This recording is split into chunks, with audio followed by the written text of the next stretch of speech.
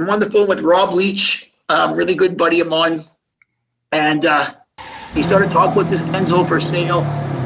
And it was like $900,000. And I'm talking, and I said, Rob, like, and he knew what I was worth. He knew what I had. And I said, can I afford this car?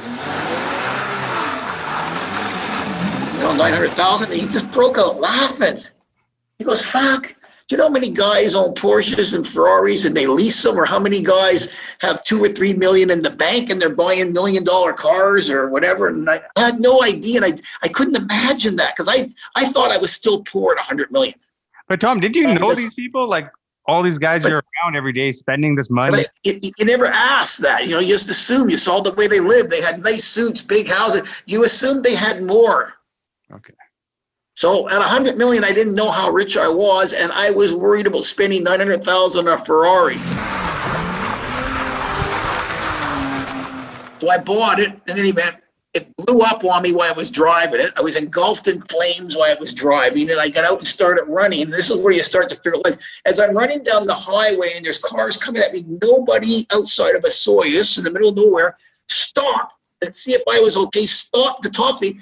They all saw the car, and they wanted to see the car, and they're all out there, and they all know the Enzo, and they're all in tears. Oh my God, it's an Enzo! I'm down the road with my arms and hair burnt on my head. But here's where my sickness calls in.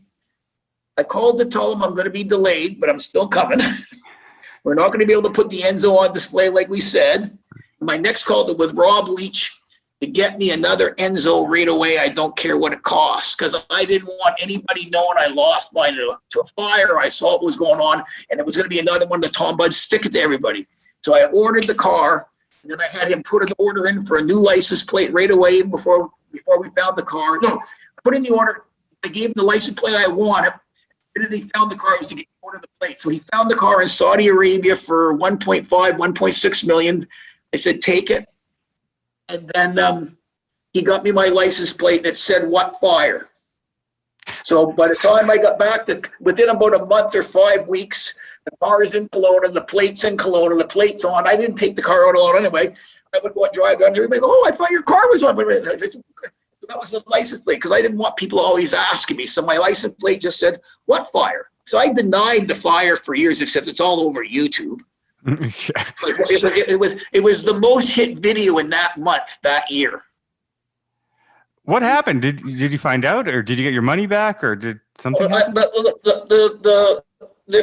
I got the insurance covered it. Yeah. And it was replacement costs. So, as long as I made it look like I didn't overpay. So I think I got $1.5 million from them.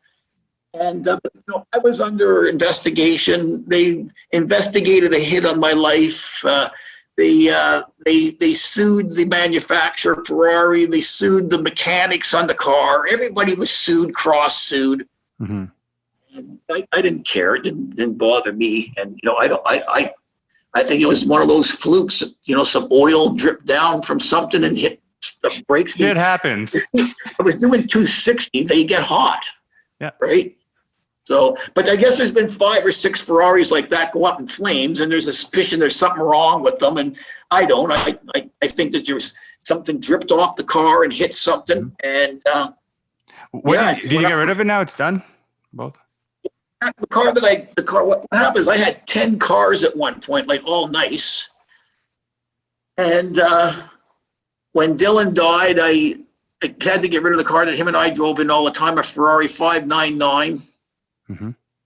And then I got rid of another one. And then I kept them because of Peyton. And so, like, on Peyton's 18th birthday, he drove a Carrera GT, a Porsche 918.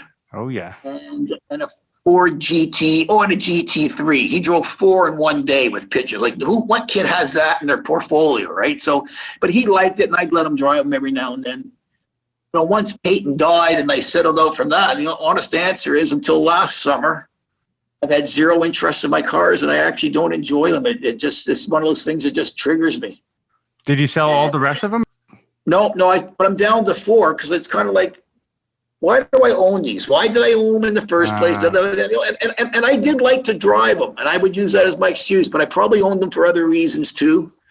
And so as part of my recovery, I needed to get used to letting things go. I needed to get used to going. Tom Budd is the same guy with 10 cars or 4 cars. So I'm down to 4 because that's how many garages I have in the one house. You should keep the GT. Did you keep the GT? Yeah.